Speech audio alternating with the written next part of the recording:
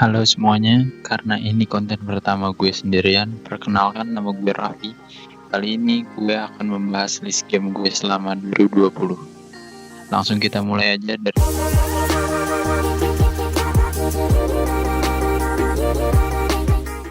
The Last of Us Remaster. Ini adalah game pertama yang gue mainin setelah punya PS4 di tahun 2020. Sejauh ini, menurut gue, ini game story best terbaik yang pernah gue mainin. Game ini dari gameplay sampai ceritanya bener-bener bikin gue nggak bisa berhenti main game ini. Bener-bener game yang harus dicoba oleh setiap pecinta game. Masterpiece yang dibuat Naughty Dog ini emang pantas buat dapetin popularitas dari hasil karyanya. Berkat kualitas gameplay, musik, dan cerita yang berhasil nguras emosi pemain, sampai visual yang disuguhin juga nggak main-main. Wajar aja Sony mau buat merilis ulang game ini dalam bentuk remaster. Game ini harus dicoba sekali dalam seumur hidup lu pokoknya.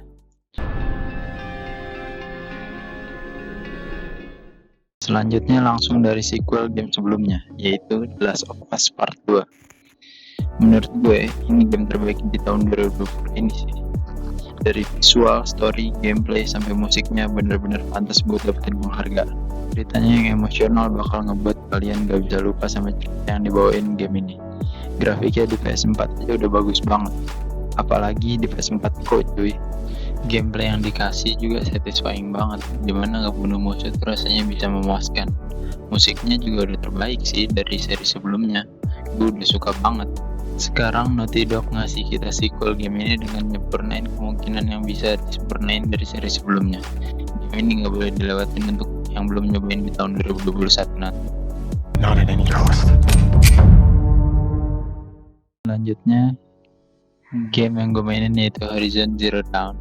Jujur gue sebelumnya bahkan gak tau apa-apa tentang game ini sebelum gue mainin. Nah game ini udah termasuk ke bundling aja makanya gue mainin. Ini merupakan game RPG garapan Guerrilla Games. Di sini kita bermain sebagai Aloy, seorang pemburu yang berlatar belakang berada di dunia post-apokaliptik yang diisi sama robot-robot berbentuk hewan. Di game ini kita diberikan cerita yang cukup kompleks, jadi kita harus berusaha ngertiin bahasanya yang cukup ribet. Di samping itu combat sistemnya di sini benar-benar unik, dimana kita harus nyesuaiin kelemahan robot yang mau kita buru dengan senjata yang kita punya, tapi tetap banyak cara yang bisa kita lakuin buat naklukin robot-robot tersebut. Game ini lumayan lah buat ngisi waktu gue selama pandemi di rumah, bisa santai-santai main game ini.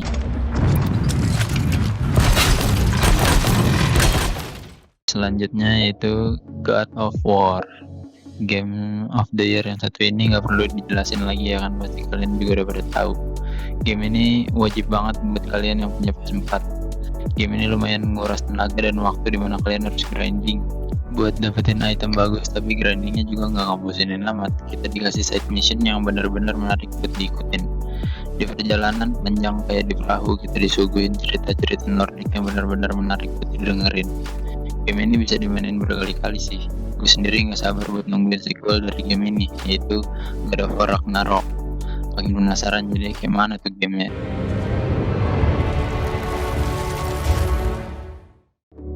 Selanjutnya yaitu A Way Out.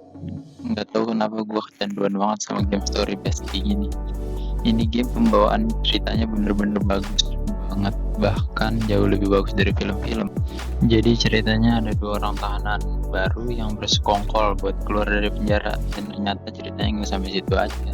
Ternyata kita harus nyelesain balas dendam kita ke seseorang. Game ini harus dimainin sama dua orang, bisa lokal bisa juga online, tapi mendingan lokal sih, biar kalian bisa ngerasain pengalaman bermain yang lebih seru lagi. Di dalam game ini juga nggak cuma isinya cerita-cerita aja, hampir setiap lokasi yang kita datengin ada mini gamesnya yang seru banget buat dicobain satu-satu. Gameplaynya juga cuma sebentar, cuma 6-7 jam aja. Lumayan buat main berdua sama teman kalian. Do you have a problem? Yeah, I got a problem with you. Selanjutnya yaitu Shadow of the Colossus. Ini tuh game klasik yang paling simple dan paling bagus juga. Gimana bisa buat game sesimpel ini tapi bisa dinikmatin banyak orang dan dapat rating yang tinggi lagi. Cuma harus naklukin 16 Colossus demi ngehidupin kembali seorang anak perempuan. Tapi ceritanya nggak berhenti sampai situ aja. Ternyata game ini juga punya cerita yang cukup dapat emosional. Di game ini kalian cuma dibekali pedang, busur, panah, sama kuda. Bagian paling serunya yaitu nyari lokasi Colossus dan nyari titik lemahnya menggunakan keadaan sekitar yang ada di game ini. Cuma sebentar, gameplaynya cuma 6-8 jam aja. Tapi bisa bikin gue nggak berhenti main game ini karena pengen ngerasain hal yang baru lagi dan lagi. Gue nggak nyesel sih beli game ini. Game ini game klasik terbaik.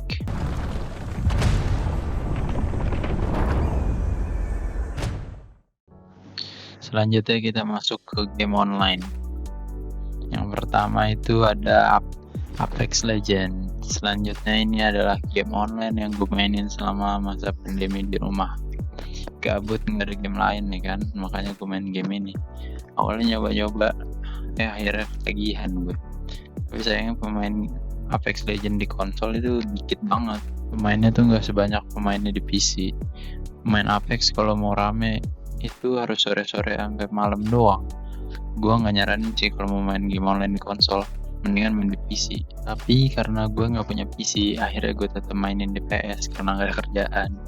Matchmaking aja bisa sampai 5 menitan, tapi tetap seru sih kalau dimainin sama teman-teman.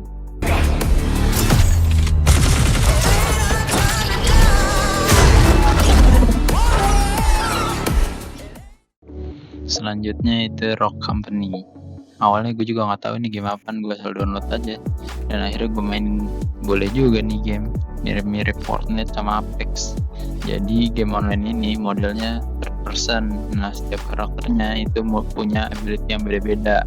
Yang seru sih, game ini udah mulai rame sama game mode-nya juga udah banyak, jadi nggak ngebosenin amat lah. Lumayan buat ngisi waktu luang kalau udah nggak ada game lain lagi.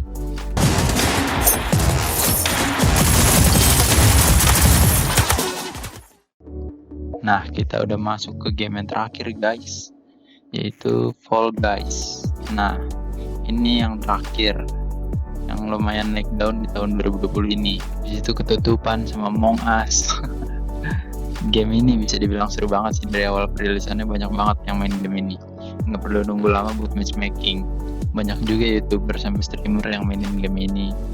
Kalian juga pasti tahu banget, game ini emang salah satu game yang banyak ditungguin orang-orang. Sebenarnya simpel banget sih ini game konsepnya, battle royale gitu tapi dibungkus kayak game show di TV. Jadi kita dikasih game mode yang berbeda-beda sampai akhirnya dapet juaranya gitu aja udah. Tapi sayang game ini langsung ketutupan sama Among Us. Relaunch gamenya di awal-awal kenaikan game ini, akhirnya game ini ketutupan dan terlupakan. Kasian ya. Tapi emang Among Us tuh seru banget sih buat dimainin bareng-bareng sama temen. Ya mau gimana lagi, sialnya Fall Guys ya mungkin. Tales of the glories of Christmases long, long ago. Nah, akhirnya selesai juga. Sekian list game yang gue mainin dari tahun 2020 ini. Terima kasih udah dengerin sampai akhir.